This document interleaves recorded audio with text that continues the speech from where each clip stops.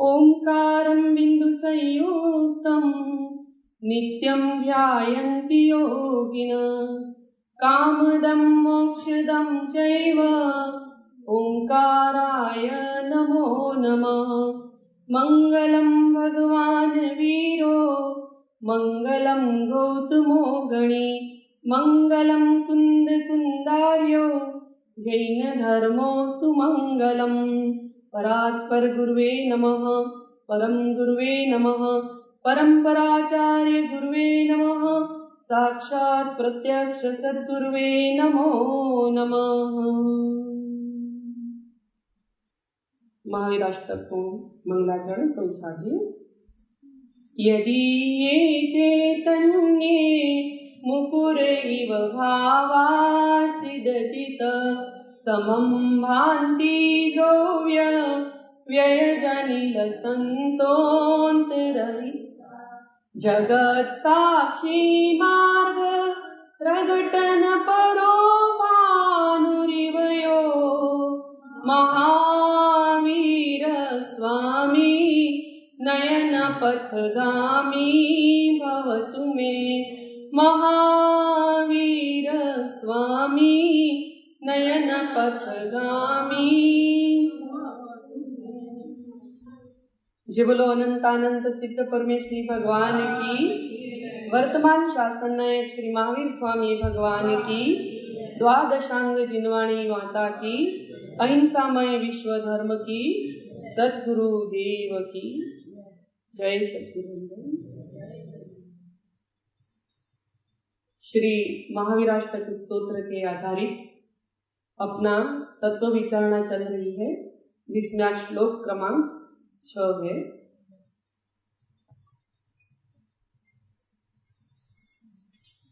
कल हमने भगवान की जो भक्ति का महात्म्य और कल के श्लोक में भगवान की भक्ति और किस प्रकार से की जाती है, तो अनेक प्रकार उनका चिंतन, भक्ति मतलब भगवान की जो दशा है उसका चिंतन कैसे किया जा सकता है, तो अलग अलग भिन्न भिन्न अनुयोगों के माध्यम से, अनेक नयों के माध्यम से, न्याय से, सिद्धांत से, सर्व प्रकार से भगवान की दशा का अपने को विचार करना चाहिए। तो उनका जो प्रतिबिंब है वो अपने उपयोग रूपी दर्पण में झलकने लगता है। तो ऐसा कविवर भागचंद्र जी इस महावीराष्टक स्तोत्र में अपने रूपस्थ ध्यान के माध्यम से भगवान की शुद्ध आत्मदशा में अपने उपयोग को एकाकार करके ये महावीराष्टक स्तोत्र लिख रहे हैं, और भगवान की कैसी अचिंत्य दशा का चिंतन करके वो यहाँ पर कागज पर उन्होंने अपने भावों को उकेरा है। तो ऐसी उनकी भक्ति को अपन नमस्कार करते हैं कि ऐसी भक्ति हमको भी प्राप्त हो, क्योंकि अभी साहिब जी का आया था ना वचनामृत, क्या आया था आज? बोलो कोने याद छे? हाँ, सामायिक दररोज करी, पर केवी सामायिक? हाँ, चिंतन आत्मानी विशुद्धि माटे दररोज चिंतवन रूप सामायिक करवी, तो एनाथी विशुद्धि थाय। रूढ़ी रूप सामायिक थी अनंत काल से करता आव्या छीए, पर एनाथी आपणुं कल्याण नथी थयुं। एटले चिंतवन रूप એટલે ઉપયોગને એમાં તાદાત્મ્ય કરવો। જેવી રીતે આપણને આપણી ભાવતી વસ્તુનું ચિંતન થાય છે ને, આપણને જે ઇષ્ટ ગમે છે કે ખાવાની પીવાની સ્વજન મિત્રજન આદિની, તેમાં ઉપયોગ કેવો એકાકાર થઈ જાય, તદ્રુપ થઈ જાય છે। એવું ભગવાનના ચિંતવનમાં, શ્રુતના ચિંતવનમાં આપણો ઉપયોગ એવી રીતે તદ્રુપ થઈને જે સામાયિક થાય છે તે સામાયિક કાર્યકારી થાય છે। કેમ કે એનાથી આત્મામાં રાગ અને દ્વેષ મોડા પડે અને ચિત્ત સમત્વ ભાવમાં સ્થિર થાય, એને સામાયિક કહેવાય। तो कल हमने अलग अलग प्रकार से न्याय से कि आत्मा एक रूप भी है, जो भगवान का जो शुद्धात्मा वो कैसे है, तो वो भगवान जैसे सुवर्ण के समान शरीर वाले हैं और फिर भी अशरीरी भी है, अनेक रूप है अपने अनंत गुणों की अपेक्षा, फिर भी एक शुद्ध चैतन्य रूप एक और अनेक रूप भी है। सिद्धार्थ राजा के पुत्र हैं, लेकिन फिर भी क्या है, अजन्मा है, और श्रीमान है, फिर भी विगत राग वितराग है, अभ्यंतर और बाह्य लक्ष्मी से सुशोभित है, लेकिन फिर भी वितरागी है। इस प्रकार भगवान के स्वरूप का वर्णन विरोधाभास अलंकार से किया इसमें। और कितना सुंदर कि साक्षात समौ शरण में जो भगवान बैठे हैं वो कैसे हैं, उसमें डुबकी लगा करके कहा। तो बहुत ही सुंदर श्लोक है भगवान की दशा का चिंतन करने के लिए, कि समौ शरण का 1 मिनट के लिए चिंतन करो कि 12 सभाओं में वो समौ शरण में अंतरिक्ष में भगवान विराजमान है, और उनके चारों तरफ सोधर्म इंद्र ने अपना समस्त वैभव उस समौ शरण में लगा दिया है उसकी सुंदरता के लिए। सारा वैभव वहां पर उड़ेल दिया है सोधर्म इंद्र ने। ऐसी भगवान की बाह्य सारी विभूति है, ऐसे केवल ज्ञानकृत 14 अतिशय है वहां पर, ऐसा तो उनकी बाह्य विभूति है, और स्व अनंत चतुष्टय रूप अंतरंग विभूति है। फिर भी इतनी सारी बाह्य विभूति होते हुए भी भगवान किसी में भी मोहित नहीं हो रहे, वितरागी है। तो कैसी उनकी अलौकिक दशा होगी, और ऐसी अलौकिक दशा का चिंतन करने से भक्ति अंदर में उमड़ती है, और ऐसे महावीराष्टक स्तोत्र की रचना हो जाती है। तब ऐसे वो समौ शरण में जो अपनी वितराग अवस्था में भगवान विराजमान है, उनकी ही दिव्य ध्वनि घिर रही है, और उस दिव्य ध्वनि से भी उनको कुछ लेना देना नहीं है। तीर्थंकर नाम प्रकृति के उदय से जो हो रहा है वो हो रहा है, भगवान तो अपने आत्मा में लीन है, निजानंद रस लीन है। तो वो जो उनकी तीर्थंकर प्रकृति के बंध के कारण से, तीर्थंकर नाम कर्म के उदय के कारण से उनके मुख से जो वाणी घिर रही है, हाँ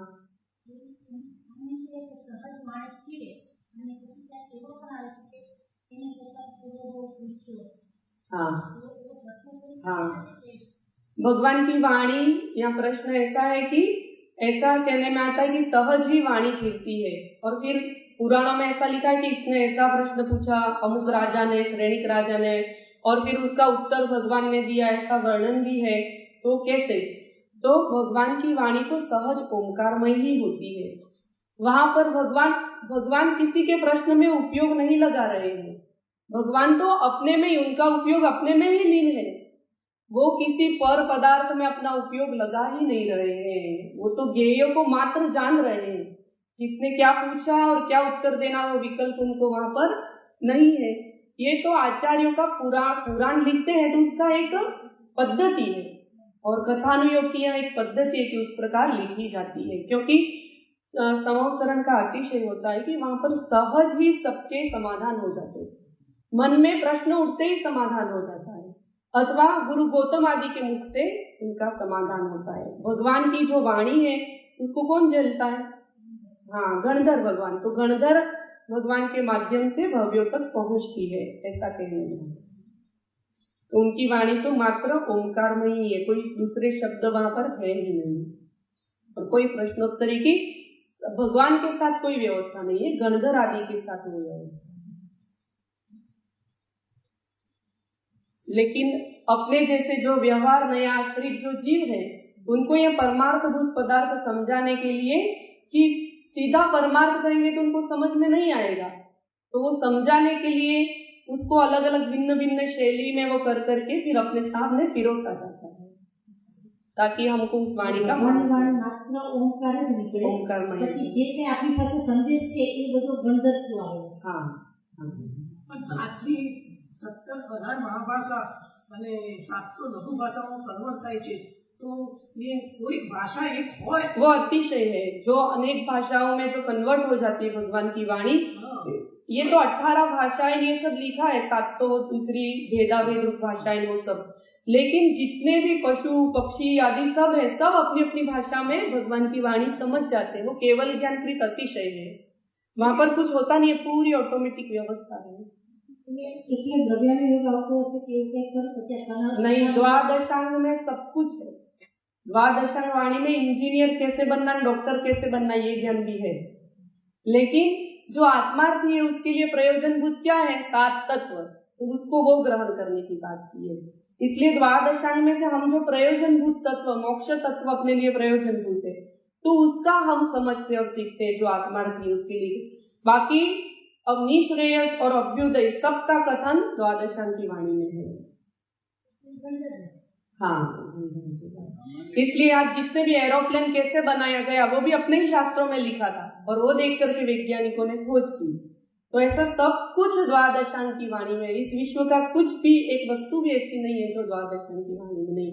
सारी जितनी कलाएं हैं, 72 कलाएं आदि जितनी भी कलाएं हैं, वो सब कुछ द्वादशांग की वाणी में। हाँ, नहीं, सबकी ओंकार नहीं है। श्लोक 6 सामान्य केवली की ओंकार में वहां पर वो कैसे उपदेश देंगे ना। उपदेश देने के लिए वचन वर्गणा में उपयोग को तन्मय करना पड़ेगा। और केवल ज्ञान कब प्रकट होता है? जब अंदर, हाँ, अपने में आत्मा में लीन है। अगर भगवान किसी के प्रश्न को सुन करके उत्तर दे रहे तो वो पर ज्ञेय में मग्न हो रहे हैं, और यहाँ तो अपने आप में ही मग्नता है, स्वयं में ही मग्नता है, पर ज्ञेय में मग्नता है ही नहीं। इसलिए तो पर ज्ञेय को भगवान जानते हैं पर विषय नहीं बनाते हैं, चाहे वो सामान्य केवली है चाहे वो तीर्थंकर केवली है। वहां पर हाँ निर्विकल्प दशा है। एक मुनिराज है सप्तम गुण स्थान आदि से ऊपर के, वो मुनिराज ही वहां पर मौन है, गुप्ती है मन वचन काय की। तो अरिहंत भगवान की तो होगी ही, क्योंकि साधी अनंत काल तक अब निर्विकल्प अवस्था को प्राप्त कर लिया है। इसलिए वो पर ज्ञेय को जानते हैं, पर ज्ञेय को अपने उपयोग का विषय नहीं बनाते हैं। इसलिए हाँ ऐसा ही, हाँ केवली भगवान का ये, हाँ वो भी, क्योंकि वो शब्दों में नहीं समझा सकते। अगर शब्दों से समझाते हैं सब सिद्धांत बाधित होगा। अभी जैसे कहा ना कि पर ज्ञेय में तन्मयता आ जाएगी, और पर ज्ञेय में वो तन्मय होंगे तो फिर उनका केवल ज्ञान कैसे होगा? हाँ स्व से च्युत हो जाएंगे। पर ज्ञेय में तन्मय होते ही स्व से च्युत हो जाएंगे। वहां तो उन्होंने तो अपना विषय अपने आत्मा को ही बनाया है। आत्मा ही ज्ञेय है, आत्मा ही ज्ञान है और आत्मा ही ज्ञाता है। वो अपने को ही जानते हैं, स्वयं ही स्वयं को जानते हैं और स्वयं ने स्वयं को ही विषय बना रखा है। वहां किसी भी परद्रव्य को विषय उन्होंने बनाया ही नहीं है। तो गणधर भगवान છે ગણધર એ સર્વજ્ઞ તો નથી બરાબર, તો પછી જે ઓંકાર ધ્વનિ છૂટતી હશે એનો એક ભાષાનો યોગ હશે કે? हाँ, गणधर भगवान की ऐसी विशेषता, उनकी विलक्षणता है कि उस ओंकारमय ध्वनि को समझते हैं और संपूर्ण द्वादशांगी का ज्ञान हो जाता है उनको। गौतम स्वामी ने दीक्षा ली और दीक्षा लेते ही द्वादशांग के पाठी हो जाते हैं। ये उनकी ऐसी विलक्षणता है, उनकी आत्मा की ऐसी योग्यता है। बाकी और अधिक सूक्ष्म विशेष ज्ञानियों से पूछेंगे, मुझे ज्यादा नहीं आता है।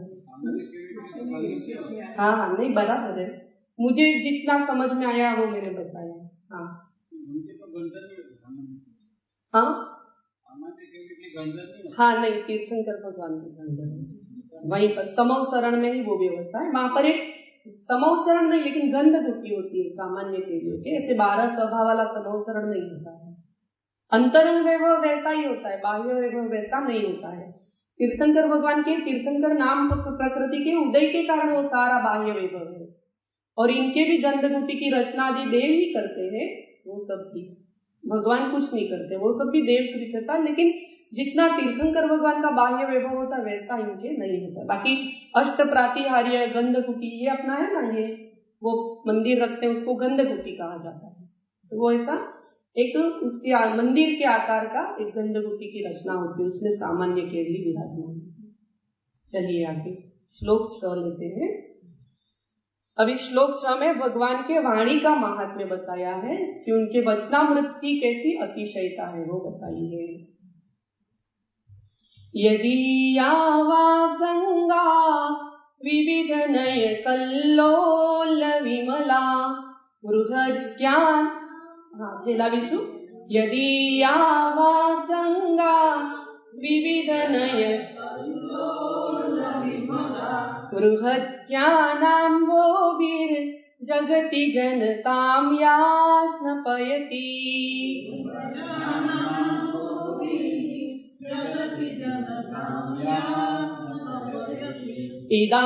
इदानीमप्येषा बुधजनमरालये परिचिता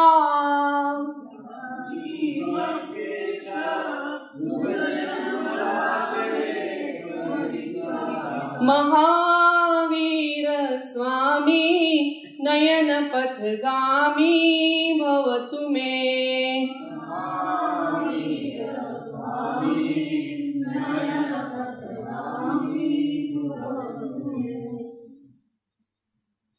यहाँ पर भगवान की जो उनकी वाणी है उसका यहाँ पर विशेष वर्णन किया गया है कि वह वाणी का क्या महात्म्य है, वो यहाँ पर दर्शाया गया है।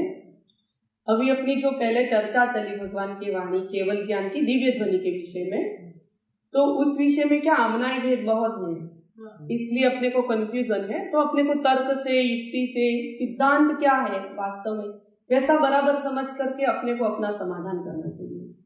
केवल ज्ञान जब हो जाता है जिस जीव को, तो उस शुद्धात्मा परमात्मा के अंतरंग अवस्था दशा क्या है, उसको अपने को बहुत विवेक पूर्वक उसका विचार करना चाहिए, तो समाधान अपने आप ही अपने भीतर हो जाएगा। तो वो आमनाय भेद के कारण सारे कंफ्यूजन है, दो प्रकार से अलग अलग वर्णन आता है, इसलिए तो अपने को अपने न्याय, तर्क, युक्ति आदि के माध्यम से उसका समाधान स्वयं को करना चाहिए। या किसी विशेष स्वयं की बुद्धि नहीं पहुंचे तो जिन पे अपने को श्रद्धा है ऐसे विशेष ज्ञानी से एकांत में पूछ करके अपने को समाधान करना चाहिए, विपर्यास नहीं रखना चाहिए। क्योंकि जब तक विपर्यास होगा तब तक अपना ज्ञान भी सम्यक ज्ञान नहीं होगा, और परमात्मा के स्वरूप में ही विपर्यास होगा तो आत्मज्ञान कैसे होगा ना। वो तो सम्यक दर्शन के बाह्य अनिवार्य निमित्त है, सत देव शास्त्र गुरु का यथार्थ श्रद्धा, ऐसा।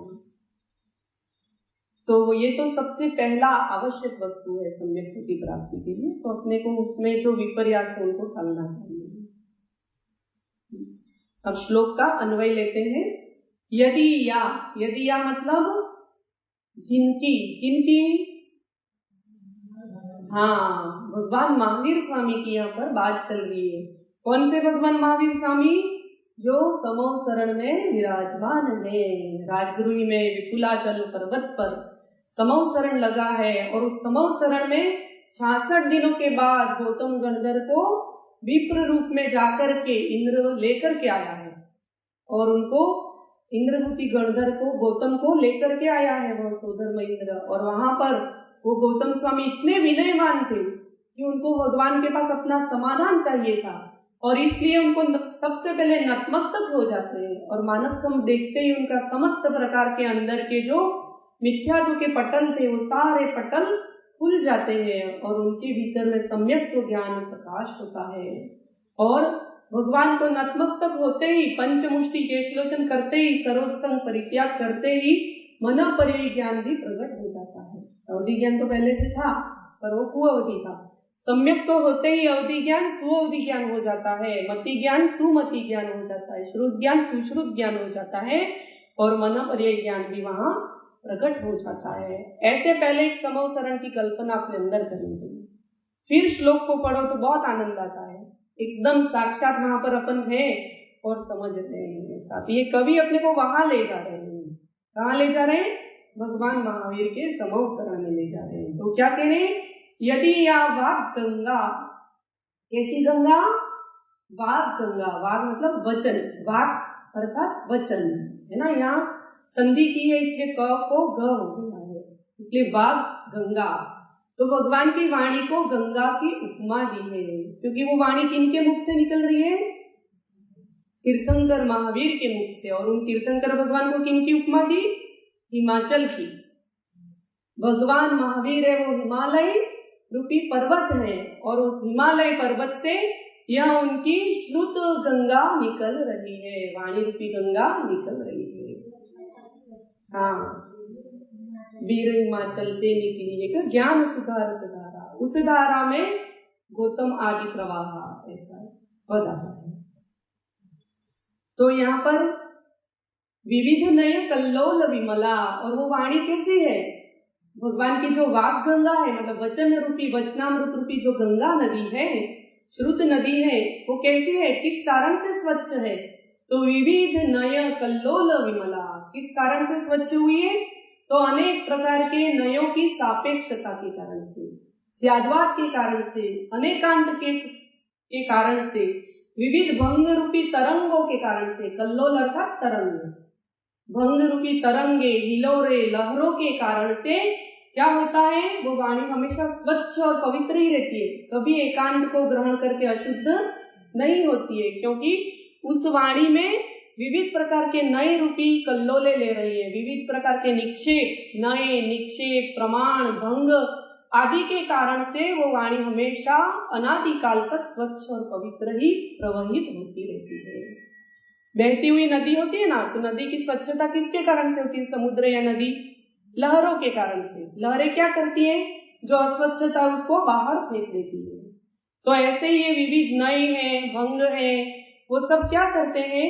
तो जो एकांत रूपी दूषण आ जाता है, उस एकांत रूपी दूषण को ये नए निक्षेप, भंग, वो सब उनका समाधान करके उस एकांत रूपी दूषण को अपने अंदर प्रवेश नहीं होने देते। ऐसी स्वच्छ पवित्र यह भगवान की वाणी रूपी गंगा नदी है। और कैसी है?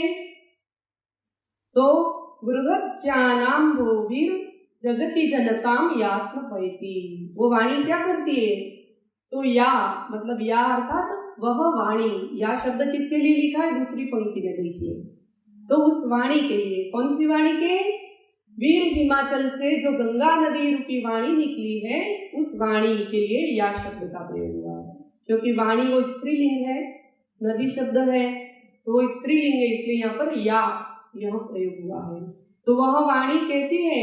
तो जगति जनताम, इस जगत के समस्त प्राणियों के लिए, जगत के जीवों के लिए, जनता के लिए क्या करती है? बृहद ज्ञानाम्भोभिर, जो महाज्ञान रूपी जल द्वारा क्या कराती है? तो जगति जनताम स्नपयति, इस संसार के समस्त जीवों को यह जो महाज्ञान रूपी भगवान क्या वाणी रूपी जल है, वो क्या करता है? तो जगत के जीवों को उसमें स्नान कराता है। स्नान कराता है मतलब पवित्र और शुद्ध। गंगा नदी में जाकर के डुबकी मार के सब शुद्ध हो गए, ऐसा मानते हैं कि नहीं?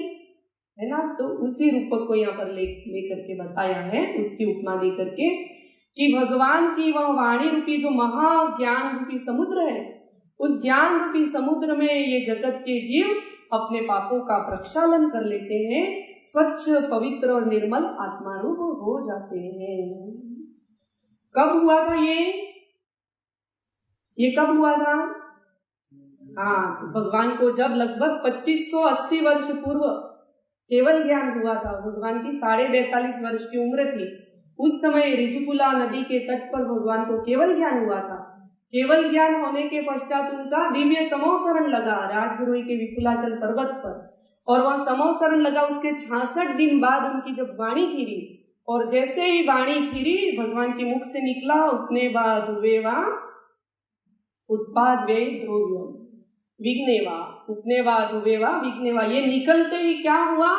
एक गंगा नदी बह निकली, और उस गंगा नदी में इस जगत के समस्त जीवों ने धन्यता का अनुभव करके अपने समस्त पापों का प्रक्षालन कर लिया। तो उस समय जो भगवान की दिव्य ध्वनि फिरी थी, तब ऐसा हुआ। और तभी ऐसा हुआ क्या? आज तक भी ऐसा हो ही रहा है। भगवान की वाणी का लाभ आज भी इस जगत के जीवों को मिल रहा है। जो ज्ञानी जन है, बुद्ध जन है, विवेकी जन है, आज भी उस भगवान के ज्ञान समुद्र में अपना स्नान करके अपने आत्मा को निर्मल कर रहे हैं। इसलिए क्या लिखा फिर तीसरी पंक्ति में? इदानीम अपि, इदानीम मतलब अभी, वर्तमान में भी, आज भी, अब भी, इदानीम अपि एशाम, ये जो भगवान की यह जो वाणी है, उससे क्या? बुद्ध जन मराले, ज्ञानी जन रूपी हंसों के द्वारा, यह मतलब यह जो वाणी है वह उनके द्वारा क्या जानी जाती है, पहचानी जाती है, अनुभवी जाती है। किसके द्वारा? बुद्धजन मरालय, मरालय मतलब हंस, तो बुद्धजन रूपी हंसों के द्वारा। बुद्धजन मतलब विवेकी सुज्ञ पुरुष, आत्मार्थी जन, वेद विज्ञान कला में जो निपुण हुए हैं, ऐसे प्रज्ञावान महंत पुरुषों के द्वारा, उदार चित्तों द्वारा, जो उदार चित्त के धारी है, उदात्त चित्त के ध्यावी हैं, जिनको अपने भीतर में मोक्ष की प्राप्ति करनी है, ऐसी मुमुक्षुता जागी है, ऐसे जीव क्या कर रहे हैं? तो ऐसी भगवान की वाणी से आज भी परिचित हो रहे हैं। और भगवान की वाणी का परिचय प्राप्त करके किसका परिचय करते हैं? स्वयं का, अपने का। भगवान का परिचय प्राप्त करके अपने वैभव का परिचय करते हैं। परिचय पाकर तेरे वैभव का निज वैभव की महिमा आई। तो ऐसे सभी जो ज्ञानी जन है वो भगवान की वाणी को उसके नए निक्षेप आदि के माध्यम से, समस्त भंग आदि के माध्यम से, अनेकांत और स्याद्वाद रूप से भगवान की वाणी को समझ करके ये बुद्धजन रूपी जो हंस है, विवेकी जन हंस है, वो क्या कर रहे हैं? तो स्व और पर का भेद कर रहे हैं। हंस क्या करता है? दूध और पानी का भेद करके दूध को ग्रहण कर लेता है और पानी को छोड़ देता है। ऐसे ही यहाँ जो प्रज्ञावंत महापुरुष है वो लोग क्या करते हैं? ऐसे वो जो विरले जीव है वो हंस के समान कला करते हैं कि स्व को उपादेय मान करके ग्रहण कर लेते हैं। अपने शुद्ध चैतन्य भावों को, अपने आत्मा के ज्ञान दर्शन आदि स्वभाव भाव को ग्रहण करते हैं और जिनसे आत्मा का अकल्याण होता है ऐसे पर संग पर भावों को अपने से पृथक करते हैं। ऐसा स्व पर का भी विज्ञान करते हैं। इसलिए ऐसी अनेकांतमयी स्वादवादमयी अनेक नए निक्षेपों आदि से जो वाणी हमेशा स्वच्छ, विमल और पवित्र बनी रहती है, ऐसी जिनकी वाणी है, ऐसी जिसी वाणी रूपी गंगा नदी है। और वो गंगा नदी कहाँ से प्रवाहित हुई है? वीर हिमाचल से। वहां से जो प्रवाहित हुई है, ऐसे जो भगवान महावीर स्वामी है, जिनकी वाणी ही इतनी पवित्र है, इतनी कल्याणकारी है, हितकारी है, दुखहारी है, सुखकारी है, ऐसे जो भगवान की वाणी है और ऐसी वाणी के धारण करने वाले उस आश्रयदाता परमात्मा तीर्थंकर महावीर क्या हो? तो महावीर स्वामी नयन पथगामी भवतु में। ऐसे भगवान महावीर मेरे दृष्टि में सदैव रहे, मेरे नजरों के सामने रहे, मेरी आंखों में बस जाए, मेरी श्रद्धा में सदैव बसे रहे। ऐसी भावना यहाँ पर की है। अपन 6 श्लोक का यहाँ गुजराती अनुवाद भी पढ़ लेते हैं। वहे वाणी गंगा विविध नयति पूर्ण विमला, प्रमाणे प्रख्याता सकल जनने पावन करा, खरी शांति पाम्या विबुध जन जेना रमण थी, महावीर स्वामी नयन निकट पथ नेता स्मरण थी। बहुत अच्छा गुजराती अनुवाद भी लिखा है कि वहे वाणी गंगा विविध नय थी पूर्ण विमला। कैसे कि अनेक नयों को अपने अंदर समाहित करके फिर भगवान की वाणी है वह बहती है कि जो जो जीव जिस जिस नय से इस वाणी को समझ सकता है, उस नय के अवलंबन से सापेक्षता के सिद्धांत पूर्वक भगवान की वाणी को समझ जाए। प्रमाणे प्रख्याता सकल जनने पावन करा। वो वाणी प्रख्यात किससे है? प्रमाण आदि के माध्यम से भगवान की वाणी प्रख्यात है और सकल जग को पावन करने वाली है। खरी शांति पाम्या विबुध जन जेना रमण थी। भगवान की वाणी में रमणता करके विबुध जन क्या प्राप्त किया उन्होंने? खरी शांति, सच्ची सच्चे सुख को उन्होंने प्राप्त किया है। समय सार में कलश आता है, उस कलश में वो अमृतचंद्र आचार्य कहते हैं वो कैसे उसका अवगाहन करते हैं।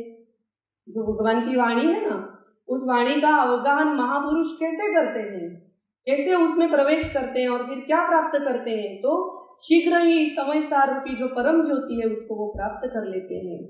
उसके लिए कलश 4 में बताया उन्होंने, उभय नय विरोधी ध्वंसिनी स्यात् पदांके, जिनवस्य सिरमन्ते ये स्वयं वान्त मोहा, सपदि समय सारं ते परम ज्योतिरुच्चै, रनवमनय पक्षा क्षुण्णमिक्षन्तमेव।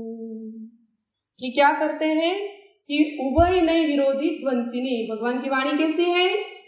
तो निश्चय और व्यवहार आदि दोनों उभय नय के विरोध को नाश करके, नाश करने वाली है, ऐसी जो भगवान की वाणी है, स्याद पद से चिन्हित है, स्याद मुद्रांकित है, स्यादवाद पद से चिन्हित है, ऐसी जो भगवान की वाणी है उसमें क्या जिनवचसी रमनते, ये स्वयं जो भगवान की ऐसी वाणी में रमणता करके लीन हो करके, तो क्या करते हैं, जो लीन हो जाते हैं भगवान की वाणी में वो क्या करते हैं, स्वयं ही वांत मोहा, अपने मोह की उल्टी कर देते हैं, उनका मोह नष्ट हो जाता है और फिर क्या होता है, सपदी समय सारम के परम ज्योति, जो उत्कृष्ट सर्वोत्कृष्ट शुद्धात्मा रूपी जो ज्योति है वो उनके अंदर शीघ्र ही प्रकट हो जाती है। और वो कैसी है, तो समस्त नए पक्ष आदि से रहित प्रमाण रूप है। रनव मने पक्षा, अनादि अनंत काल तक ये शुद्ध आत्मज्योति वैसी की वैसी शुद्ध और पवित्र ही है। ऐसे शुद्धात्मा रूपी समय सार उनके हृदय में प्रकट होता है, जो समस्त नए पक्षों के पक्षपात से रहित है। तो इस प्रकार भगवान की वाणी का अवलंबन लेते हैं, वो निश्चित रूप से अपने अंदर समय सार को प्रकट करते हैं, शुद्ध चैतन्य रूपी प्रकाश को प्राप्त होते हैं।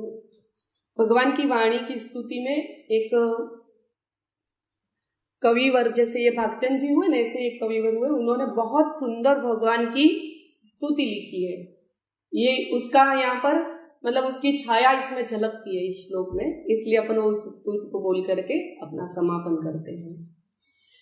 वीर हिमाचल ते निकसी गुरु गौतम के मुख कुंड धरी है, मोह महाचल वेद चली जग की जड़ता तप दूर करी है, ज्ञान पयोनिधि माहिरली बहु भंग तरंग निसो उछरी है, काशुचि शारद गंग नदी प्रति में अंजलि करी शीश धरी है, या जग मंदिर में अनिवार अज्ञान अंधेर छयो अति भारी, श्री जिन की धुनी दीप शिखा सम जो नहीं होत प्रकाशन हारी, तो किस भांति पदारथ पाती कहाँ लाहते रहते अविचारी, या विधि संत कहे धनी है जिन बैन बड़े उपकारी। संत जन ऐसी वाणी को प्राप्त करके क्या कहते हैं,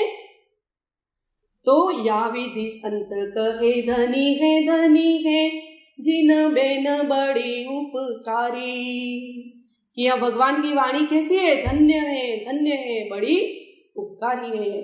कृपाणु देव के हाथ में समय सार ग्रंथ आते ही क्या किया था उन्होंने, धन्य है, ऐसी निधि मुझे प्राप्त हो गई।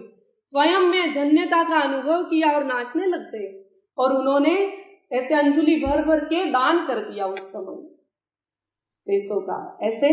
ऐसी अंदर से जो बुद्ध जन, वास्तव में जो विवेकी जन है, मुमुक्षु है, उसको ही भगवान की वाणी का महात्मा आता है, क्योंकि मुमुक्षुना नेत्रो महात्मा ने ओळखी ले छे। तो ऐसी भगवान की वाणी का परिचय भी कौन प्राप्त कर सकते हैं, जो मुमुक्षु है वो ही। तो ऐसी इस स्तुति में बहुत सुंदर वर्णन किया है इसका। तो अपने को समय आज तो नहीं है, अपना जल्दी पूरा करना है ना, तो कल इस स्तुति का अपन और भावार्थ समझ करके भगवान की वाणी को समझेंगे कि कैसी। वीर हिमाचल ते निकसी, ये वीर रूपी हिमाचल से वहां निकली है। हाँ, इसका भावानुवाद ये। और कहां से, तो गुरु गौतम मुख कुंड धरी है। गौतम गणधर रूपी मुख रूपी कुंड, तो जो हिमालय पर्वत से जो गंगा नदी निकलती है ना, तो वो अपने जो भौगोलिक जैन भूगोल है उसके अनुसार उसका भौगोलिक वर्णन कैसा है कि हिमालय से गंगा नदी प्रवाहित होती है, और फिर वहां नीचे विजयार्थ पर्वत पर एक गोमुख कुंड होता है, संभवतः ऐसा ही है। तो उस गोमुख कुंड से फिर वो गंगा नदी प्रवाहित होकर के सीधी अगर आए ना तो पृथ्वी फट जाए, इतनी उसकी तीक्ष्ण धार होती है, उतने महाप्रवाह के रूप में वो बहती है। इसलिए वो उस गोमुख कुंड में आती है और फिर वहां से फिर वो गंगा नदी वहां से निकलती है, बहती है। ऐसा वो मध्य लोक में वह गंगा नदी बहती है। ऐसा ये गंगा नदी का बहुत ही सुंदर वर्णन लोक के स्वरूप में किया हुआ है। कर्णानयोग के जो ग्रंथ है लोक के स्वरूप का, 3 लोक के स्वरूप का जो वर्णन है, तिलोपन्नति, त्रिलोक सार आदि जो ग्रंथ है, उसमें बहुत अच्छा गंगा नदी कैसे बहती है उसका सुंदर वर्णन किया है।